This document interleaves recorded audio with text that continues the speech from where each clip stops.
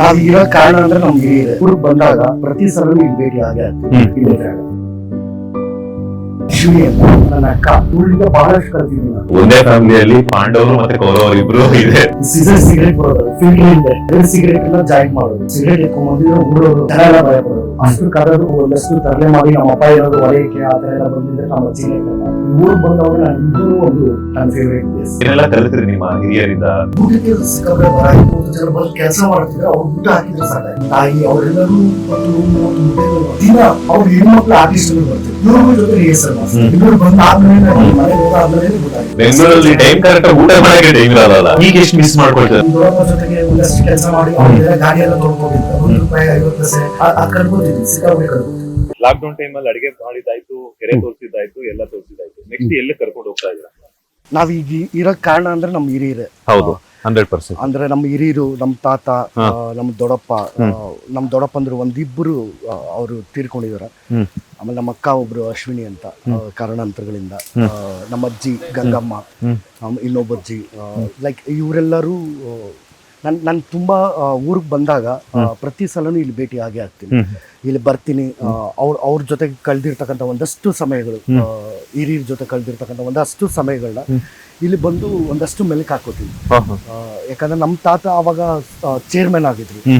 ಆಗಿನ ಕಾಲಕ್ಕೆ ಒಂದು 7 ಸಲ ಚೇರ್ಮನ್ ಆಗಿದ್ರು. 7 ಸಲ ಚೇರ್ಮನ್ ಆಗಿದ್ರು. ಇವಾಗೆಲ್ಲ ಒಂದು ಚೇರ್ಮನ್, ಒಂದು ಮೆಂಬರ್ ಎಲೆಕ್ಷನ್ಗೆ ಮಿನಿಮಮ್ ಇಲ್ಲ ಅಂದ್ರೂ ಒಂದು ಊರಲ್ಲಿ ಮೆಂಬರ್ ಎಲೆಕ್ಷನ್ಗೆ ಇಲ್ಲ ಅಂದ್ರೂ ಒಂದು 3 ಕೋಟಿ ಖರ್ಚಾಗೋದು. ಹೌದು. ಬಟ್ ಅವಾಗೆಲ್ಲ ನಮ್ಮ ತಾತ ಚೇರ್ಮನ್ ಆಗಿರ್ಬೇಕಾದ್ರೆ ಎಲ್ಲಡಿಕೆ ಕೊಟ್ಟು ಅಂದ್ರೆ ಅಷ್ಟು ಕೆಲಸ ಮಾಡಿಸ್ತಿದ್ರು ಅಂತ. ಒಂದು ಸಿಹಿ, ಒಂದು ಯಾವ್ದೋ ಒಂದು ಮೈಸೂರು ಪಾಕು, ಒಂದು ಚಾಕ್ಲೇಟು, ಲೈಕ್ ಒಂದು ಎಲ್ಲಡಿಕೆ ಕೊಟ್ಟು ಒಂದು ಪ್ರಾಮಿಸ್ ಮಾಡಿಸ್ಕೊತಿದ್ರು. ಈ ಆರ್ಲಿಕಟ್ಟೆಗಳಲ್ಲಿ ನ್ಯಾಯಾಧೀಶರು, ನಮ್ಮ ವಂಶದವ್ರೆ ಅಂದ್ರೆ ನಮ್ಮ ಮನೆ ತಂದವ್ರೆ ನ್ಯಾಯ ಪಂಚಾಯತಿ ಎಲ್ಲ ಅವಾಗೆಲ್ಲ ಕೋರ್ಟು ಕಚೇರಿ ಯಾವ್ದು ಹೋಗ್ತಿರ್ಲಿಲ್ಲ. ಯಾವ್ದೇ ಒಂದು ಜಮೀನ್ದು ವ್ಯವಹಾರ ಆಗ್ಲಿ, ಇಲ್ಲ ಕುಟುಂಬದ ಏನೋ ಒಂದು ಸಮಸ್ಯೆ ಆದ್ರೂ ನ್ಯಾಯಾಧೀಶರು ಅಂದ್ರೆ ನಮ್ಮ ತಂದೆ, ನಮ್ಮ ತಾತ, ನಮ್ಮ ದೊಡ್ಡಪ್ಪ ಇವರೇ ಮಾಡ್ತಿದ್ರು. ಅವರೆಲ್ಲರೂ ಕೆಲವೊಬ್ರು ನಮ್ಮ ಹಿರಿಯರು ನಾನು ಕಳ್ಕೊಂಡಿರೋದ್ರಲ್ಲಿ ಅವ್ರ ಮೆಮೊರೀಸು ಅವ್ರ ಹತ್ರ ಬಂದು ಮಾತಾಡೋದಕ್ಕೆ ಇದೇ ಜಾಗ. ಈ ಜಾಗದಲ್ಲಿ ನಾನು ಬರೋದು ಯಾವಾಗ್ಲೂ. ಅಂದ್ರೆ ನನಗೆ ಖುಷಿ ಆಗ್ಲಿ, ಬೇಜಾರಾಗ್ಲಿ, ಏನೇ ಒಂದು ಮಾಡಿದವು ಇಲ್ಲಿ ಬಂದು ಕೂತ್ಕೋತೀನಿ. ಇಲ್ಲಿ ಕೂತ್ಕೊಂಡು ಇಲ್ಲಿ ಒಂದಷ್ಟು ಸಮಯ ಕಳಿತೀನಿ. ಒಂದಷ್ಟು ಸಮಯ ಕಳೆದು ಇಲ್ಲಿಂದ ಹೋಗೋಂಥದ್ದು ನಾನು. ಈ ಜಾಗ ನನಗೆ ಒಂದಷ್ಟು ಅಂದ್ರೆ ನಮ್ಮ ತಾತನ ನೆನ್ಸ್ಕೊಂಡಾಗ ಅವರೆಲ್ಲ ಸಿಕ್ಕಾಪಟ್ಟೆನೇ ಕೆಲಸಗಳು ಮಾಡಿದ್ದಾರೆ. ಸಿಕ್ಕಾಪಟ್ಟೆ ಕೆಲಸ ಮಾಡಿದ್ದಾರೆ ಅವರು. ಟೋಟಲ್ 5 ಜನ ಇದ್ದಾರೆ. 5 ಅಲ್ಲಿ ನಮ್ಮ ದೊಡ್ಡಪ್ಪ 6 ಜನ. 6 ಅದು ನಮ್ಮ ತಾತನ ಅಪ್ಪ ಅಮ್ಮ ಚಿಕ್ಕೇಗೌಡರು ಮತ್ತೆ ಮಾರಮ್ಮ ಅಂತ. ಅಭಿಷೇಕ್ ಅವನ್ ಮಗು, ಅವನು ನಮ್ಮ ಅಕ್ಕ ಇವರು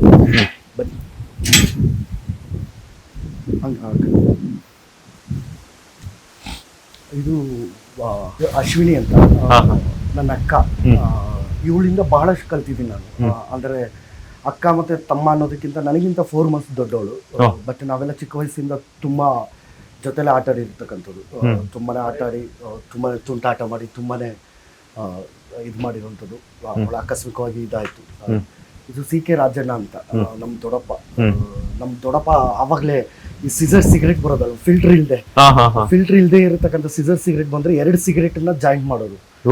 2 ಸಿಗರೇಟ್ ಜಾಯಿಂಟ್ ಮಾಡಿ ಅವ್ರು ವೈಟ್ ಪಂಚೆ ಕಟ್ಕೊಂಡು, ವೈಟ್ ಶರ್ಟ್ ಹಾಕೊಂಡು, ಬಟ್ಟೆ ಇಟ್ಕೊಂಡು, ಯಾವಾಗ ಆ ಸಿಗರೇಟ್ ಎತ್ಕೊಂಡ್ ಬಂದಿದ್ರೆ ಊರವರು ಜನ ಎಲ್ಲ ಭಯ ಪಡೋರು. ಅಷ್ಟು ಕದರು, ಅಷ್ಟು ಇದ್ರಲ್ಲಿ ಇದ್ದವರು. ಅವ್ರು ನಮ್ಮ ಅಜ್ಜಿ ಲಕ್ಷ್ಮಮ್ಮ ಅಂತ. ನಮ್ಮ ತಾತನಿಗೆ 2 ಹೆಂಡತಿರು. ಅವ್ರು ಗಂಗಮ್ಮ, ಇವರು ಲಕ್ಷ್ಮಮ್ಮ. ಇವರು ಬೆಂಗಳೂರಲ್ಲಿ ಇದ್ದಿದ್ದು. ಲಕ್ಷ್ಮಮ್ಮ ಅಂತ ನಮ್ಮ ಅಜ್ಜಿ. ಇವ್ರು ನಮ್ಮ ತಾತ ಕೆಂಪೇಗೌಡರು ಹೇಳಿದ್ನಲ್ಲ, ಚೇರ್ಮನ್ರು. ಫಸ್ಟ್ ನಮ್ಮ ಇಡೀ ಕೋಲಾರ ಡಿಸ್ಟ್ರಿಕ್ಟ್ಗೆ ಫಸ್ಟ್ ಟ್ರ್ಯಾಕ್ಟರ್ ತಂದಿದ್ದು ನಮ್ಮ ತಾತ. ಫಸ್ಟ್ ಜೀಪ್ ತಂದಿದ್ದು ನಮ್ಮ ತಾತ. ಆಮೇಲೆ ಮಾಲೂರಲ್ಲಿ ಫಸ್ಟ್ ಟೆಂಟು ಅಂತ ಓಪನ್ ಮಾಡಿದ್ ನಮ್ಮ ತಾತ. ಆವಾಗ ನಮ್ ದೊಡ್ಡಪ್ಪ ಅಲ್ಲಿ ಮನೆ ಪಕ್ಕದಲ್ಲಿ ಇದ್ರಲ್ಲ, ನಮ್ ದೊಡ್ಡಪ್ಪ ಅವಾಗ ಗಾಂಧಿನಗರಕ್ಕೆ ಬಂದು ರೀಲ್ಸ್ ತರೋರು ಟೆಂಟ್ ಅಲ್ಲಿ ಸಿನಿಮಾ. ನಮ್ ತಾತ ಅವಾಗ ಚೇರ್ಮನ್ ರಾಗಿ, ನ್ಯಾಯಾಧೀಶರು ಆತರ. ಗಂಗಮ್ಮ ಅವರು ನಮ್ಮ ಅಜ್ಜಿ 108 ವರ್ಷ ಬದುಕಿದ್ರು.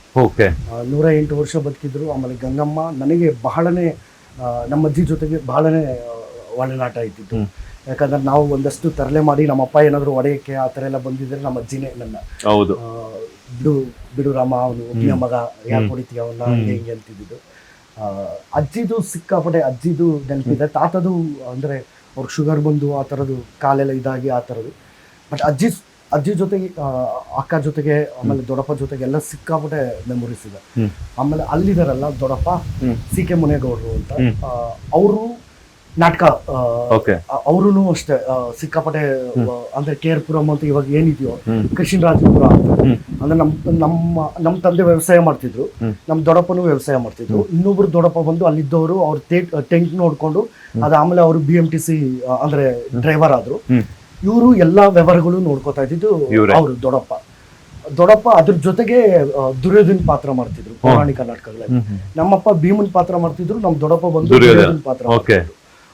ಈ ಪ್ಲೇಸು ನನಗೆ ಯಾವಾಗೇ ಊರಿಗೆ ಬಂದ್ರೂ ಕ್ರಿಕೆಟ್ ಆಡ್ಕೊಂಡು ಕ್ರಿಕೆಟ್ ಎಲ್ಲ ಆಗಿದ್ದಾದ್ಮೇಲೆ ಇಲ್ಲಿ ಬಂದು ಕೂತು ಒಂದು ಅರ್ಧ ಗಂಟೆ ಕೂತು ಇಲ್ಲಿ ಒಂದಷ್ಟು ಅವ್ರ ಜೊತೆ ಇರ್ತಕ್ಕಂಥ ಒಂದಷ್ಟು ಮೆಮೊರೀಸು, ಒಂದಷ್ಟು ನೆನಪುಗಳನ್ನೆಲ್ಲ ಹಾಕೊಂಡು ಇಲ್ಲಿ ಕೂತು ಹೋಗುವಂಥದ್ದು ಜಾಗ.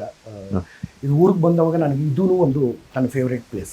ಮನೆ ತರ ಇದು ಮನೆನೇ. ಯಾಕಂದ್ರೆ ಅವ್ರು ಅಲ್ಲಿಲ್ದೇ ಇರ್ಬೋದು, ನಮ್ಮೊಟ್ಟಿಗೆ ಅಲ್ಲಿಲ್ದೇ ಇರ್ಬೋದು, ಇಲ್ಲಿದ್ದಾರೆ ಅನ್ನೋ ಫೀಲಿಗೆ ಇದು ಅವ್ರ ಮನೆ. ಅವ್ರ ಮನೆಗೆ ಬಂದು ಅವಾಗ ಇಲ್ಲಿ ಕೂತು ಹೋಗ್ತಕ್ಕಂಥದ್ದು. ಹಬ್ಬಾರಿ ದಿನಗಳಲ್ಲೆಲ್ಲ ನಾವು ಪೂಜೆ ಮಾಡ್ತೀವಿ, ಆ ಥರದ್ದೆಲ್ಲ. ಇಲ್ಲಿ ನಮಗೆ ಇಲ್ಲಿ ಕ್ರಿಕೆಟ್ ಆಡ್ತಿರ್ಬೇಕಾದ್ರೂ ಮಳೆ ಗಿಳೆ ಬಂತು ಅಂದ್ರೂ ನಾವು ಇಲ್ಲಿ ಬಂದು ಕೂತ್ಕೋತೀವಿ, ನಾವು ಹುಡುಗರು ಅವರೆಲ್ಲ. ಬಟ್ ಒಂದಷ್ಟು ಮೆಮೊರಿ ಇರ್ತಕ್ಕಂಥ ಜಾಗ. ಚಿಕ್ಕ ವಯಸ್ಸಿದ್ದಾಗಿಂದಾನೇ ನಿಮ್ಗೆ ನಾಟಕಗಳು, ಈ ಅಭಿನಯ ಅನ್ನುವಂಥದ್ದು ಕರಗತ ಆಗಿದೆ. ಈಗ ತಾನೇ ಹೇಳ್ತಾ ಇದ್ರಿ ನಿಮ್ಮ ತಂದೆಯವರಾಗಿರ್ಬೋದು ಅಥವಾ ನಿಮ್ಮ ದೊಡ್ಡಪ್ಪವರಾಗಿರ್ಬೋದು, ಹಾಗೇನೆ ಅಪ್ಪನೂ ಕೂಡ ಭೀಮನ್ ಪಾರ್ಟ್ ಮಾಡಿದ್ರೆ ದೊಡ್ಡಪ್ಪ ಬಂದ್ಬಿಟ್ಟು ದುರ್ಯೋಧನ್ ಪಾರ್ಟ್. ಅಂದ್ರೆ ಒಂದೇ ಫ್ಯಾಮಿಲಿಯಲ್ಲಿ ಪಾಂಡವರು ಮತ್ತೆ ಕೌರವರು ಇಬ್ರು ಇದೆ.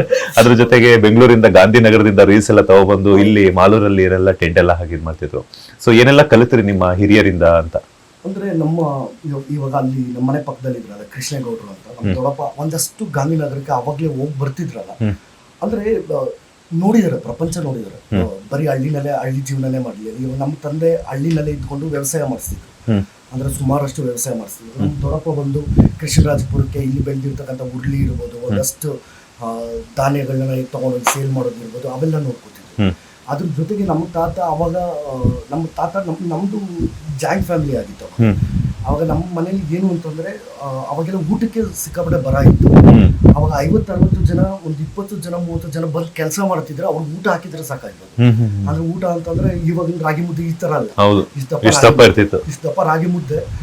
ಆ ತರ ರಾಗಿ ಮುದ್ದೆಗಳು ನಮ್ಮ ಅಜ್ಜಿ ಗಂಗಮ್ಮ ಇರ್ಬೋದು, ಆಮೇಲೆ ನಮ್ಮ ದೊಡ್ಡಮ್ಮಂದ್ರು, ಅವರೆಲ್ಲರೂ ನಮ್ಮ ತಾಯಿ ಅವರೆಲ್ಲರೂ ಎಷ್ಟು 108, 120, 130 ಮುದ್ದೆಗಳು ಮಾಡ್ತೀವಿ ಪ್ರತಿದಿನ. ಅದಕ್ಕೆ ಒಂದಷ್ಟು ಉಳ್ಳಿ ಸಾರು, ಒಂದಷ್ಟು ಕಾಳು ಸಾರು, ಅವರೆಕಾಳು ಸಾರು, ಈ ತರ ಸಾಂಬಾರುಗಳು ಮಾಡಿ ಎಲ್ಲ ಇದು ಮಾಡ್ತಿದ್ರು. ಪ್ರಪಂಚ ಎಲ್ಲನೂ ನೋಡಿದ್ದಾರೆ. ಅಂದ್ರೆ ಅವ್ರು ಏನು ಅನುಭವಿಸಿದ್ರು ಅವ್ರನ್ನ ನೋಡಿ ನಾನೇನ್ ಮಾಡ್ತಿದ್ದೆ. ಆಮೇಲೆ ನಮ್ಮ ಮನೇಲಿ ಇವಾಗ ನನ್ನ ಮನೆ ಏನ್ ತೋರ್ಸಿದ್ನೋ ಆ ಮನೆ ಇನ್ನೂ ದೊಡ್ಡದಾಗಿತ್ತು. ಅಂದ್ರೆ ಅಷ್ಟು ಆಲ್ಟ್ರೇಷನ್ ಎಲ್ಲ ಆಗಿರ್ಲಿಲ್ಲ, ಅದೆರಡೂ ಒಂದೇ ಮನೆ ಆಗಿತ್ತು. ಅವಾಗ ಅಲ್ಲಿ ಕೆಳಗೆ ರಿಹರ್ಸಲ್ ಮಾಡಿಸ್ತಿದ್ರು ನಾಟಕಗಳು. ಅಂದ್ರೆ ವರ್ಷ ಎಲ್ಲ ರಿಹರ್ಸಲ್ ಆಗ್ತಿತ್ತು. ವರ್ಷ ಎಲ್ಲ ಅಂದ್ರೆ ವಾರಕ್ಕೆ 2 ಸಲ. ಅಂದ್ರೆ ನಮ್ಮ ಅಪ್ಪಂದ್ರು ಇವ್ರುಗಳೇ ರಿಹರ್ಸಲ್ ಮಾಡ್ಕೊತಿದ್ರು. ಗುರುಗಳು ಬಂದು ಮೇಷ್ಟ್ರು ಬರೋರು, ಹಾರ್ಮೋನಿಯಂ ನಿಂತ್ಕೊಂಡು ಮೇಷ್ಟ್ರು ಬಂದು ರಿಹರ್ಸಲ್ ಮಾಡಿಸ್ತಿದ್ರು. 1 ತಿಂಗಳು ಬಿಫೋರ್, ನಾಟಕಕ್ಕಿಂತ 1 ತಿಂಗಳು ಬಿಫೋರ್ ಡೈಲಿ ರಿಹರ್ಸಲ್ ಇತ್ತು. ಅವಾಗ ಹೆಣ್ಮಕ್ಳು ಆರ್ಟಿಸ್ಟ್ಗಳು ಬರ್ತಿದ್ರು. ಇವಾಗ ಅಭಿಮಾನಿಗೆ ಒಂದು ಬೇರು, ಇವರು ದ್ರೌಪದಿಗೆ ಕ್ಯಾರೆಕ್ಟರ್ಗಳು, ಅವರೆಲ್ಲ ನಮ್ಮ ಹಳ್ಳಿಗಳಲ್ಲೇ ಯಾರು ಪಾತ್ರಗಳು ಮಾಡ್ತಿರ್ಲಿಲ್ಲ. ಅದಕ್ಕೆ ಅಂತ ಪರಿಣಿತಿ ಇರ್ತಕ್ಕಂಥವ್ರನ್ನ ಕರ್ಕೊಂಡ್ಬಂದು ಇವ್ರುಗಳ ಜೊತೆ ರಿಹರ್ಸಲ್ ಮಾಡಿಸ್ತಾರೆ. ಆ ಟೈಮಲ್ಲೂ 1 ತಿಂಗಳು ರಿಹರ್ಸಲ್ ಆಗ್ತಿರ್ಬೇಕಾದ್ರೆ ನಾನು ಚಿಕ್ಕ ಹುಡುಗ ಆಗಿರ್ಬೇಕಾದ್ರೆ ಇಡೀ ರಾತ್ರಿ ನಮ್ಮನೆಲ್ಲ ಆಗ್ತಿರ್ಬೇಕಾದ್ರೆ ಕುತ್ಕೊಂಡು ನೋಡ್ತಿದ್ದೆ, ಅವೆಲ್ಲ ನೋಡ್ತಿದ್ದೆ. ಆಮೇಲೆ ನಮ್ಮ ತಂದೆ ಇರ್ಬೋದು, ನಮ್ಮ ತಂದೆ ವ್ಯವಸಾಯ ಮಾಡ್ತಿರ್ಬೇಕಾದ್ರೆ, ನೀರು ಕಟ್ತಿರ್ಬೇಕಾದ್ರೆ, ತೋಟದಲ್ಲಿ ಏನೇ ಕೆಲಸ ಮಾಡ್ತಿರ್ಬೇಕಾದ್ರೆ ಒಂದು ಚಿಕ್ಕ ಡೈರಿನಲ್ಲಿ ಎಲ್ಲಾ ಡೈಲಾಗ್ಗಳು, ಸಾಂಗ್ಗಳು ಎಲ್ಲ ನೆನ್ಪಿಟ್ಕೊಡೋರು. ಅದನ್ನ ಅವಾಗವಾಗ ಓದ್ಕೋತಿರೋರು, ಅವಾಗವಾಗ ಹೇಳ್ಕೊತಿರೋರು, ಅವೆಲ್ಲ ತೀರಾ ಹತ್ತಿರದಿಂದ ನೋಡ್ತಿದ್ದೆ. ಅದು ಆಮೇಲೆ ಅಂದ್ರೆ ಅಭಿನಯ ಎಷ್ಟು ಈಸಿ ಆಯ್ತು ನನಗೆ ಅಂತಂದ್ರೆ, ಪ್ರತಿಯೊಂದು ನವರಸಗಳಲ್ಲಿ ಇರ್ತಕ್ಕಂಥ ಒಂದಷ್ಟು ಪಾತ್ರಗಳು ಇರ್ತವೆ.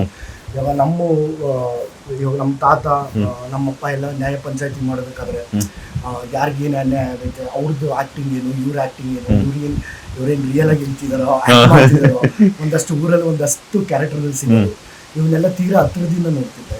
ಆಮೇಲೆ ಅಭಿನಯನೂ ಹತ್ತಿರದಿಂದ ನೋಡ್ತಿದ್ದೆ. ಅವೆಲ್ಲವನ್ನೂ ನನಗೆ ಹೆಲ್ಪ್ ಆಗ್ತಾ ಬಂತು.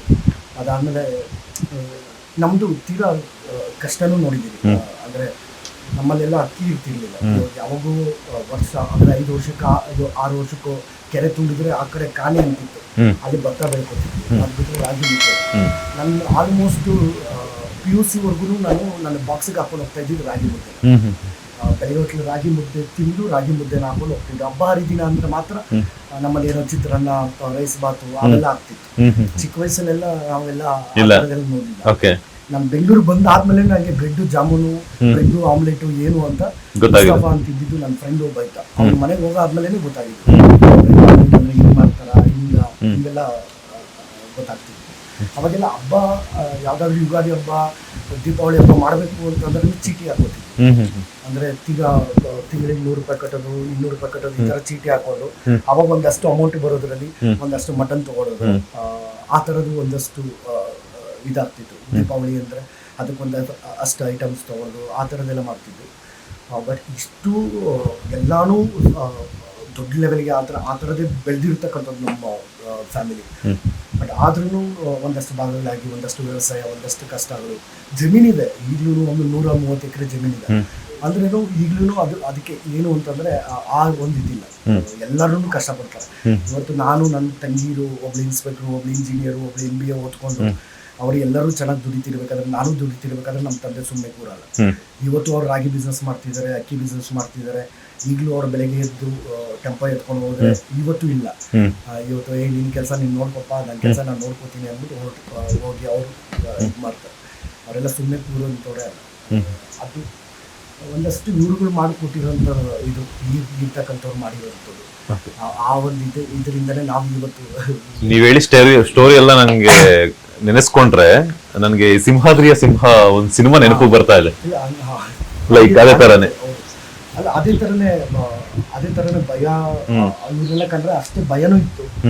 ನಮ್ಮ ತಾತ, ನಮ್ಮ ದೊಡ್ಡಪ್ಪನ ಕರೆದ್ರೆ ಕಂಡ್ರೆ ಅಷ್ಟೇ ಭಯ ಇತ್ತು, ಅಷ್ಟೇ ಪ್ರೀತಿನೂ ಇತ್ತು, ಅಷ್ಟೇ ಕಲ್ತಿದ್ದೀನಿ. ಇವಾಗ ನಮ್ಮ ಮುನಿಗೌಡ್ರ ಕಡೆಯಿಂದನೇ ಅವ್ರದ್ದು ಬಜಾಜ್ ಚೇತಕ್ ಇತ್ತು, 3 ಸ್ಟ್ರೋಕ್ಗಳು. ಆಮೇಲೆ ಸುಜುಕಿ ಇತ್ತು, ಅಲ್ಲಿಂದನೇ ಕಲ್ತಿದ್ದು. ನಮ್ಮ ಕೃಷ್ಣಗೌಡರು ಅಂತ ಹೇಳಿದ್ನಲ್ಲ, ಆ ದೊಡ್ಡಪ್ಪ ಹತ್ರ ರೋಡ್ ಕಿಂಗ್ ಇತ್ತು, ಆ ಗಾಡಿ ಕಲ್ತಿದ್ದು. ಆಮೇಲೆ ಟ್ರ್ಯಾಕ್ಟರ್ ಇತ್ತು ನಮ್ದು, ಆ ಟ್ರ್ಯಾಕ್ಟರ್ ಓಡಿಸೋದು ಕಲಿಯೋದು, ಆ ಟ್ರ್ಯಾಕ್ಟರ್ ಅಂದ್ರೆ ಇದು ಮಾಡೋದು, ಇವೆಲ್ಲವೂ ಅಲ್ಲಿಂದನೇ. ಹಳ್ಳಿ ಲೈಫ್ ಇಷ್ಟೆಲ್ಲ ಕಲ್ಸ್ಕೊಡುತ್ತಲ್ಲ. ಹೌದು, ಅಂದ್ರೆ ಹಳ್ಳಿನಲ್ಲೇ ನಿಮಗೆ ಇರೋದು ಸರ್. ಈಗಲೂ ಲಾಕ್ಡೌನ್ ಆದ್ಮೇಲೆ ಎಷ್ಟೋ ಜನ ಬೆಂಗಳೂರು ಬಿಟ್ಟು ಇವಾಗ ಇಲ್ಲಿ ಬಂದು ಇದ್ದಾರೆ. ಇವಾಗ ಎಷ್ಟೋ ಜನ ನನ್ನ ಫ್ರೆಂಡ್ಸೇ ಒಬ್ಬ ತಾಲೂಕು ಆಫೀಸಲ್ಲಿ ಎಲ್ಲೋ ಕೆಲಸ ಮಾಡ್ತಿದ್ದ, ಇಲ್ಲ ಫ್ಯಾಕ್ಟ್ರಿನಲ್ಲಿ ಕೆಲಸ ಮಾಡ್ತಿದ್ದ, ಎಲ್ಲೋ ಗಾರ್ಮೆಂಟ್ಸ್ ಅಲ್ಲಿ ಕೆಲಸ ಮಾಡ್ತಿದ್ವಿ. ಇವತ್ತು ಅವರೆಲ್ಲರೂ ಬಂದು ಇವತ್ತಿಲ್ಲಿ ಟೈಮ್ ಸರಿಯಾಗಿ ಕ್ರಿಕೆಟು ಆಡ್ತಾರೆ, ಟೈಮ್ ಸರಿಯಾಗಿ ವ್ಯವಸಾಯನೂ ಮಾಡ್ತಾರೆ, ಟೈಮ್ ಸರಿಯಾಗಿ ತಿಂತಾರೆ, ಟೈಮ್ ಸರಿಯಾಗಿ ಪಾರ್ಟಿನೂ ಮಾಡ್ತಾರೆ. ಬೆಂಗಳೂರಲ್ಲಿ ಇರೋಂಥವ್ರು ಯಾರು ಎಂಜಾಯ್ ಮಾಡಲ್ಲ ಸರ್. ಇಲ್ಲಿರೋಂಥವ್ರು ಎಂಜಾಯ್ ಮಾಡಿದಷ್ಟು ಯಾರು ಮಾಡಲ್ಲ. ಬಂತು 100% ಎಂಜಾಯ್ ಮಾಡ್ತಾರೆ. ಬೆಂಗಳೂರಲ್ಲಿ ಟೈಮ್ ಕರೆಕ್ಟ್ ಊಟ ಮಾಡಕ್ಕೆ ಟೈಮ್ ಇರಲ್ಲ. ಹೌದು, ಇಲ್ಲಿ 8 ಗಂಟೆಗೆ ಬ್ರೇಕ್ಫಾಸ್ಟ್, 8-8:30 ಬ್ರೇಕ್ಫಾಸ್ಟ್ ಮಾಡ್ತಾರೆ, 1:00 ಊಟ ಮಾಡ್ತಾರೆ. ರಾತ್ರಿ 7:30-8 ಗಂಟೆಗೆ ಊಟ ಮುಗ್ದೋಗುತ್ತೆ. ಹೌದು, ರಾತ್ರಿ ಊಟ ಮುಗಿಸಿ 9-9:30 ನಿಶಬ್ದವಾದ ಮೌನ. ಊರಲ್ಲಿ ಯಾವ್ದು ಒಂದು ಸೌಂಡ್ ಇರಲ್ಲ, ಅಷ್ಟು ನಿಶಬ್ದ ಇರುತ್ತೆ. ನಮ್ಮಲ್ಲೆಲ್ಲ ನೀವು ಬೆಳಗಿನ ಜಾವ ಆದ್ರಲ್ಲಿ ಇಡೀ ನೈಟೇ ನಿಮ್ಗೆ ಸೌಂಡ್ ಇರುತ್ತೆ. ಹೌದು, ಅದು ಸೌಂಡು ನಿಲ್ಲಲ್ಲ, ಎಂಥದ್ದು ನಿಲ್ಲಲ್ಲ. ಬಟ್ ಇಲ್ಲಿ ಅಷ್ಟು ಪ್ರಶಾಂತವಾಗಿರುತ್ತೆ. ಆಮೇಲೆ ಎಲ್ಲರೂ ಹಂಚ್ಕೋತಾರೆ. ಅಂದ್ರೆ ಇವಾಗ ನನ್ನ ತೋಟದಲ್ಲಿ ಏನಾದ್ರು ಕೆಲಸ ಇದ್ರೆ ಇನ್ನೊಬ್ಬ ಬಂದು ಹೆಲ್ಪ್ ಮಾಡ್ತಾರೆ, ನಿಮ್ಮ ತೋಟದಲ್ಲಿ ಕೆಲಸ ಇದ್ರೆ ನಾನು ಬಂದು ಹೆಲ್ಪ್ ಮಾಡ್ತೀನಿ. ಲೈಕ್ ಈ ತರ ಹಂಚ್ಕೊಂಡು ಈ ತರ ಕೆಲಸ ಮಾಡೋವಂಥವ್ರು ಒಬ್ರಿಗೊಬ್ರು. ಆಮೇಲೆ ನಮ್ಮಲ್ಲಿ ಏನಾದ್ರು ಅಡುಗೆ ಮಾಡಿದ್ರೆ ನಿಮ್ಮನ್ನು ಕರಿತೀವಿ, ನೀವು ಅಡುಗೆ ಮಾಡಿದ್ರೆ ನಾವು ಕರಿತೀವಿ. ಒಂದು ಹಬ್ಬ ದಿನಗಳಾದ್ರೆ, ಏನೋ ಒಂದು ಸಂತೋಷದ ಏನೇ ಸಂಭ್ರಮ ಆದ್ರೂ, ಅಥವಾ ಏನೇ ಒಂದು ಕಷ್ಟ ಇದ್ರೂ ಎಲ್ಲರೂ ಹೋಗಿ ಕೈ ಜೋಡಿಸ್ತೀವಿ.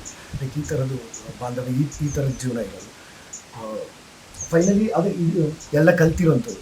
ಈಗ ಎಷ್ಟು ಮಿಸ್ ಮಾಡ್ಕೊಳ್ತಿದ್ರು ಬೆಂಗಳೂರಲ್ಲಿ ಇರೋದ್ರಿಂದ? ಬಿಕಾಸ್ ಯಾಕಂತಂದ್ರೆ ಹಳ್ಳಿಯಲ್ಲಿದ್ದಾಗ ಒಂದಷ್ಟು ಲೈಫ್ ನ ಲೀಡ್ ಮಾಡಿದಾರ, ಒಂದಷ್ಟು ಎಕ್ಸ್ಪೀರಿಯನ್ಸ್ ನ ತಗೊಂಡಿದಾರ. ಸೊ ಬೆಂಗಳೂರಿಗೆ ಹೋದ್ಮೇಲೆ ಅದು ನಮ್ಮ ಪ್ಯಾಷನ್ ಆಗಿರುತ್ತೆ. ಇವಾಗ ಆಕ್ಟಿಂಗ್ ಆಗಿರ್ಬೋದು, ನೀವೇನಾದ್ರೂ ಅಚೀವ್ ಮಾಡಬೇಕು, ಆಕ್ಟಿಂಗ್ ಮಾಡಬೇಕು ಅನ್ನೋಂಥದ್ದು ನಿಮ್ಮ ಪ್ಯಾಷನ್, ಮತ್ತೆ ನಿಮ್ದೇ ಅದು ವೃತ್ತಿ ನಟನೆ ಅನ್ನೋದು. ಈ ಹಳ್ಳಿ ಲೈಫ್ ನ ಉಗ್ರಂ ಮಂಜು ಅವರು ಎಷ್ಟು ಮಿಸ್ ಮಾಡ್ಕೊಳ್ತಿದ್ದಾರೆ ಈಗ ಅಂತ? ಇಲ್ಲ, ಫಸ್ಟ್ ಅಂದ್ರೆ ನನ್ನ ಹತ್ರ ಫಸ್ಟ್ ಒಂದು ಕಾರ್ ಇತ್ತು, ಅದಾದ್ಮೇಲೆ ಕಾರ್ ಇಲ್ಲದೆ ಇದ್ದ ಕಾರಣಾಂತರದಿಂದ. ಆಮೇಲೆ ಬೈಕ್ ಇರಬೇಕಾದ್ರೆ ಒಂದು ಸ್ವಲ್ಪ ಇಲ್ಲಿ ಬರಬೇಕು ಅಂದ್ರೆ ಆಕ್ಟಿವ್ ಹೊಂಡ ಓಡಿಸ್ಕೊಂಡು ಬೆಂಗಳೂರಿಂದ ಇಲ್ಲಿ ಬರಬೇಕು ಅಂದ್ರೆ ಒಂದು ಸ್ವಲ್ಪ ಯೋಚನೆ ಮಾಡ್ತೀನಿ. ಯಾವಾಗ ಮನಸ್ಸಿಗೆ ಕೆಲಸ ಇದ್ರೆ ಬರ್ತಿದ್ದೆ. ಬಟ್ ಈ ಕಾರ್ ಇರೋದ್ರಿಂದ ನನಗೇನು ಅಷ್ಟು ಮಿಸ್ ಮಾಡ್ಕೊತಿಲ್ಲ. ಆದರೆ ವೀಕೆಂಡಲ್ಲಿ ನನಗೇನು ಕೆಲಸ ಇಲ್ಲ ಅಂತಂದ್ರೆ ನಾನು ಬಂದ್ಬಿಡ್ತೀನಿ. ಬೆಂಗಳೂರಲ್ಲಿ ಇರಲ್ಲ, ಯಾಕಂದ್ರೆ ನಮ್ಮ ತಾಯಿ ಯಾಕಂದ್ರೆ ಅಲ್ಲಿ ಒಬ್ಬನೇ ರೂಮಲ್ಲಿ ಇರೋದ್ರಿಂದ, ಬ್ಯಾಚುಲರ್ ಆಗಿ ಇರೋದ್ರಿಂದ ಒಬ್ಬನೇ ಇದ್ದು ಕೆಲವೊಂದು ಟೈಮ್ ಅಡುಗೆ ಮಾಡ್ಕೊತೀನಿ, ಕೆಲವೊಂದು ಟೈಮ್ ಮಾಡ್ಕೊಳಲ್ಲ. ಕೆಲವೊಂದು ಟೈಮ್ ಆನ್ಲೈನಲ್ಲಿ ಅಡುಗೆ ಮಾಡ್ಕೊಂಡು ತರಿಸ್ಕೊಂಡು ತಿಂದ್ರೇನು ಅಷ್ಟು ತೃಪ್ತಿ ಕೊಡಲ್ಲ, ಅದಾದ್ಮೇಲೆ ಫುಲ್ಲು ತಿನ್ನೋಕ್ಕೂ ಆಗಲ್ಲ. ಹೌದು. ಹಾಗಾಗಿ ಇಲ್ಲಿ ಬಂದರೆ ಅಮ್ಮ ಜೊತೆ ಕೂತ್ಕೊಂಡು ಅಮ್ಮ ಮಾಡಿದ ಅಡುಗೆ ತಿನ್ಕೊಂಡು ಇಲ್ಲೊಂದು 2-3 ದಿನ ಶೂಟಿಂಗ್ ಇಲ್ಲ ಅಂದರೆ ಫಸ್ಟ್ ಇಲ್ಲಿ ಬಂದು ಅಮ್ಮ ಜೊತೆ, ಆಮೇಲೆ ನನ್ನ ತಂಗಿ ಮಕ್ಕಳೆಲ್ಲ ಬರ್ತಾರೆ ವೀಕೆಂಡಲ್ಲಿ, ಅವ್ರಗಳ ಜೊತೆ ಟೈಮ್ ಸ್ಪೆಂಡ್ ಮಾಡಿಕೊಂಡು, ಈಗ ಮೊನ್ನೆ ಬಂದಿದ್ದೆ ಒಂದು ಮದುವೆಗೆ, ತಂಗಿ ಮಕ್ಕಳಿದೆ ಅವ್ರ ಜೊತೆ ಟೈಮ್ ಸ್ಪೆಂಡ್ ಮಾಡಬೇಕು. ಯಾಕಂದ್ರೆ ಅವ್ರ ಸ್ಕೂಲ್ಗಳು ಸ್ಟಾರ್ಟ್ ಆಗುತ್ತೆ. ಅವಳು ನೆಕ್ಸ್ಟ್ ನನ್ನ ತಂಗಿ ಮಗಳು ಅವಳೇ ಹೇಳಿದ್ರು, ಅಮ್ಮ ನಾನು ಊರಿಗೆ ಹೋಗಿದ್ದ ಮುಂಚೆ ನನ್ನ ಜೊತೆ ಟೈಮ್ ಸ್ಪೆಂಡ್ ಮಾಡಬೇಕು ಅದಕ್ಕೆ ನೋಡಿ ಬರ್ತಾರೆ. ಬೆಂಗಳೂರಿಂದ ಊರಿಗೆ 60 ಕಿಲೋಮೀಟರ್ ಅಷ್ಟೇ, 2 ಅವರ್ ಜರ್ನಿ, ಟ್ರಾಫಿಕ್ ಎಲ್ಲ ಅಂದ್ಕೊಂಡು 2 ಅವರ್ಸ್, ದೊಡ್ಡ ಮ್ಯಾಟ್ರ್ ಅನ್ಸುತ್ತೆ. ಬಟ್ ಹಳೇದು ಲೈಫು, ಹಳ್ಳಿ ಜೀವನ ಅವೆಲ್ಲ ಮಿಸ್ ಮಾಡ್ಕೊತೀವಿ. ಅವೆಲ್ಲ ಅನುಭವಿಸಿದ್ವಿ ಅಷ್ಟೇ, ಎಷ್ಟು ಬೇಕೋ ಅಷ್ಟು ಅನುಭವಿಸ್ತೀವಿ, ಬಟ್ ಮಿಸ್ ಮಾಡ್ಕೊತೀವಿ ಅವೆಲ್ಲ. ಆ ಎಕ್ಸ್ಪೀರಿಯನ್ಸ್, ಆ ಮೆಮೊರೀಸ್ ಈಗ ಮತ್ತೆ ನಾವು ಎಂಜಾಯ್ ಮಾಡ್ಬೇಕು ಅಂದ್ರೂ ಬರೋದಿಲ್ಲ. ಅಲ್ಲ, ಅದು ಮಾಡೋಕ್ಕೂ ಆಗಲ್ಲ. ಈಗ ಅಂದ್ರೆ ಅವಾಗ ಹೆಂಗಿತ್ತು ಅಂದ್ರೆ ಒಂದು ಇನ್ನರ್ ವೇರ್ ಇರೋದು ನಮ್ಮ ಅಪ್ಪ, ಅದು ದೊಡ್ಡ ಚಡ್ಡಿಗಳು ಬರೋದಲ್ಲ, ಅದು ದೊಡ್ಡ ಚಡ್ಡಿಗಳಲ್ಲಿ ಈ ಕಡೆ ಒಂದು ಜೋಬು, ಈ ಕಡೆ ಒಂದು ಜೋಬು, ಈ ಕಡೆ ಜೋಬಲ್ಲಿ ಒಂದು 30 ಗೋಲಿ, ಈ ಕಡೆ ಒಂದು 30 ಜೋಬಲ್ಲಿ ಗೋಲಿ ಹಾಕೊಂಡು ಆ ಚಡ್ಡಿ ಬೀಳಬಾರ್ದು ಅಂತಾನು ಹಗ್ಗ ಕಟ್ಕೊಂಡು ಓಡಾಡ್ತಿದ್ವಿ ಊರೆಲ್ಲ. ಇವಾಗ ಹಂಗ್ ಮಾಡಕ್ಕಾಗಲ್ಲ, ಇವಾಗ ಆಗೋದೇ ಇಲ್ಲ. ಬನ್ನಿ ಹಾಕೊಂಡೆಲ್ಲ ಓಡಾಡ್ತೀವಿ. ಹೌದು. ಈಗ ಅವೆಲ್ಲ ಆಗಲ್ಲ. ಒಂದು ಸರ್ಟನ್ ಏಜ್ ಅಂತ ಬಂದಾಗ, ಸರ್ಟನ್ ಮೆಚುರಿಟಿ ಅಂತ ಬಂದಾಗ ನಮ್ಮ ಲೈಫಲ್ಲಿ ಏನೆಲ್ಲ ಚೇಂಜಸ್ ಆಗುತ್ತಲ್ಲ. ಬಟ್ ಅದಾಗಲ್ಲ. ಆಮೇಲೆ ನಮ್ಗೆ ನಮ್ಮ ದೊಡ್ಡಪ್ಪ ಜೊತೆಗೆ ಒಂದಷ್ಟು ಕೆಲಸ ಮಾಡಿ ಅವ್ರಿಗೆಲ್ಲ ಗಾಡಿ ಎಲ್ಲ ತೊಳ್ಕೊಟ್ಟಿದ್ರೆ ₹1, 50 ಪೈಸೆ, ₹2 ಎಲ್ಲ ಕೊಡೋದು. ಅವ್ರಿಗೇನೋ ಒಂದಷ್ಟು ಸಿಗರೇಟು ಅದು ಇದು ತೊಳ್ಕೊಟ್ಟಿದ್ರೆ ಚೇಂಜ್ ಇಟ್ಕೊಳ್ಳೋರು. ಆ ₹1 ಎಷ್ಟು ಖುಷಿ ಕೊಡುತ್ತೆ ಅಂದ್ರೆ, ಇವತ್ತು ನಮ್ಮ ಹತ್ರ 1 ಲಕ್ಷ ಇದ್ರೂ ಖುಷಿ ಕೊಡಲ್ಲ. 100%. ನಮ್ಮ ಅಕೌಂಟಲ್ಲಿ 1 ಲಕ್ಷ ಬ್ಯಾಲೆನ್ಸ್ ಇದ್ರೂ ನಮ್ಗೆ ಖುಷಿ ಕೊಡಲ್ಲ. 100%. ಖುಷಿ ಕೊಡೋದೆ ನಿನ್ನೆ ರಾತ್ರಿ ನಮ್ಮ ಮನೆಗೆ ಬಂದು ಹಾಲ್ ಸಾರು ಮಾಡಿದ್ರು ಅಮ್ಮ, ಅದು ಕಾಳುಗಳೆಲ್ಲ ಹಾಕಿ ಹಾಲ್ ಸಾರು ಮಾಡಿ ಮುದ್ದೆ ಮಾಡಿದ್ರಲ್ಲ, ಆ ಖುಷಿ ಇವತ್ತು 1 ಲಕ್ಷ ಇದ್ರು ಅಕೌಂಟಲ್ಲಿ ಸಿಗಲ್ಲ. ಹೌದು. ಇವತ್ತು ಸಂಡೇ ಇವತ್ತು ಅಮ್ಮ ಕೈಯಲ್ಲಿ ಮಟನ್ ಸಾರು ಮಾಡಿಸ್ಕೊಂಡು ಮುದ್ದೆ ಮಾಡ್ಕೊಂಡು ತಿನ್ನೋದಿದೆಯಲ್ಲ, ಆ ಖುಷಿ ಎಲ್ಲ ಕೊಡಲ್ಲ. ಆವಾಗ ಸಣ್ಣ ಪುಟ್ಟದ್ರಲ್ಲಿ ಅಷ್ಟು ಖುಷಿ ಇತ್ತು. ಇವತ್ತು ನಮ್ಮಲ್ಲಿ ಆ ಸಣ್ಣ ಪುಟ್ಟದ ಖುಷಿಗಳನ್ನೆಲ್ಲ ಮರಿತಿದ್ವಿ. ಆ ಖುಷಿಗಳನ್ನೆಲ್ಲ ಅದು ಕಳ್ಕೊತಿದ್ವಿ, ಸಿಕ್ಕಾಪಟ್ಟೆ ಕಳ್ಕೊತಿದ್ವಿ. ಆಮೇಲೆ ಅದೇ ಹೇಳೋದು, ನಮ್ಮ ತಾತ ಯಾವಾಗ ನೋಡಿದ್ರು ಮೊಮ್ಮಕ್ಕಳು ಅಂದ್ರೆ ಬಹಳ ಇಷ್ಟ. ಅವಾಗ ಬೆಂಗಳೂರಲ್ಲಿ ಇದ್ರು ನಮ್ಮ ತಾತ. ಒಂದಷ್ಟು ದಿನ ಬೆಂಗಳೂರಿಗೆ ಹೋದ್ರೆ ಸಾಕು, ನಾಟಿ ಕೋಳಿ ತರಿಸಿ ಕೊಯ್ಯೋರು, ಅಡಿಗೆ ಮಾಡಿಸೋರು.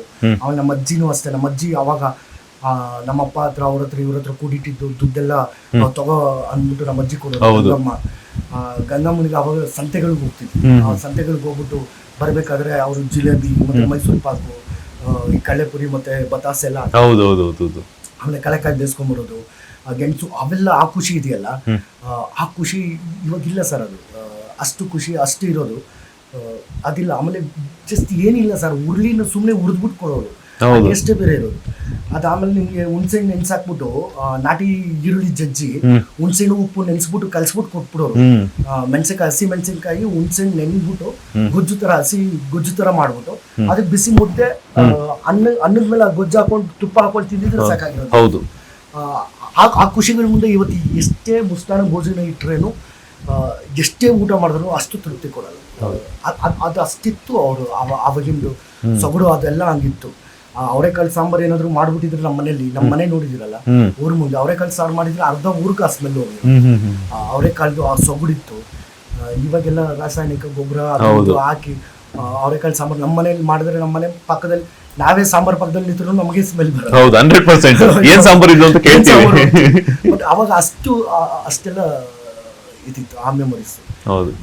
ನಂಗೆ ಅದೇ ಇಲ್ಲಿ ಬಂದು ಕೂತ್ಕೊಂಡ್ರೆ ಇವ್ರುಗಳ ಜೊತೆ ಇವ್ರುಗಳ ಜೊತೆ ಎಲ್ಲ ಕಳೆದಿರ್ತಕ್ಕಂಥ ಒಂದಷ್ಟು ಜೀವನ, ಒಂದಷ್ಟು ವರ್ಷ, ಅವುಗಳೆಲ್ಲ ನೆನಪಾಗುತ್ತೆ. ಹಾಗಾಗಿ ನಾನು ಊರಿಗೆ ಬಂದರೆ ಈ ಪ್ಲೇಸ್ ಮಿಸ್ ಮಾಡಲ್ಲ. ನಾನು ಇಲ್ಲಿ ಬಂದರೆ ಒಬ್ಬನೇ ಕೂತ್ಕೋತೀನಿ. ಆ್ಯಕ್ಚುಲಿ ನನ್ನ ಫ್ರೆಂಡ್ಸ್ ಇಲ್ಲಿ ಇದಾರಲ್ಲ, ಈಗ ಬಂದಿದ್ರಲ್ಲ, ಅವರೆಲ್ಲರೂ ಏನೇನ ಮಾಡ್ತೀವಿ ಅಲ್ಲೋಗಿ ಕೂತ್ಕೊಂಡು ಅಂತ ಹೇಳ್ತಾರೆ, ಅವ್ರಿಗೂ ಗೊತ್ತಿಲ್ಲ. ಬಟ್ ಇಲ್ಲಿ ಕೂತ್ಕೋತೀನಿ. ಇಲ್ಲಿ ಕೂತ್ಕೊಂಡ್ರೆ ನನಗೆ ಒಂಥರ ನೆಮ್ಮದಿ. ಬಂದು ಕೂತ್ಕೊಂಡಾಗ ಏನೆಲ್ಲ ಯೋಚನೆಗಳು ಬರುತ್ತೆ ನಿಮಗೆ? ಏನಿಲ್ಲ, ಅವರು ನಮ್ಮ ತಾತ ಎಷ್ಟು ಹೆಸರು ಮಾಡಿದ್ರು ಅಂತಂದರೆ, ಕೆಂಪೇಗೌಡರು ಅಂತಂದರೆ CM ಕೆಂಪೇಗೌಡರು ಅಂದರೆ ಸುತ್ತಮುತ್ತ ಒಂದಷ್ಟು ಹಳ್ಳಿಗಳಿಗೆಲ್ಲ ಹೆಸರುವಾಸಿ. ನಮ್ಮ ಕೋಲಾರ ಡಿಸ್ಟ್ರಿಕ್ಟ್, ಮಾಲೂರು ತಾಲೂಕು ಎಲ್ಲರಿಗೂ ಹೆಸರುವಾಸಿ. ಅವರು ಮಾಡಿರೋ ಸಾಧನೆಗಳಲ್ಲಿ ನಮ್ಗೆ ಏನಿಲ್ಲ. ಅವ್ರುಗಳು ಮಾಡಿ ಅವ್ರುಗಳು ಇವತ್ತು ಈ ಊರಲ್ಲೇ 130 ಎಕರೆ ಜಮೀನಿದೆ. ಶ್ರೀರಾಮ್ಪುರ, ಹೋಗ್ಲಿಪುರದಲ್ಲೆಲ್ಲ ಜಮೀನು ಸೈಟ್ಗಳಿದೆ ಅಂದರೆ ಅವ್ರು ಮಾಡಿ ಅವ್ರು ಕೊಟ್ಟಿರುವಂಥ ಭಿಕ್ಷೆ.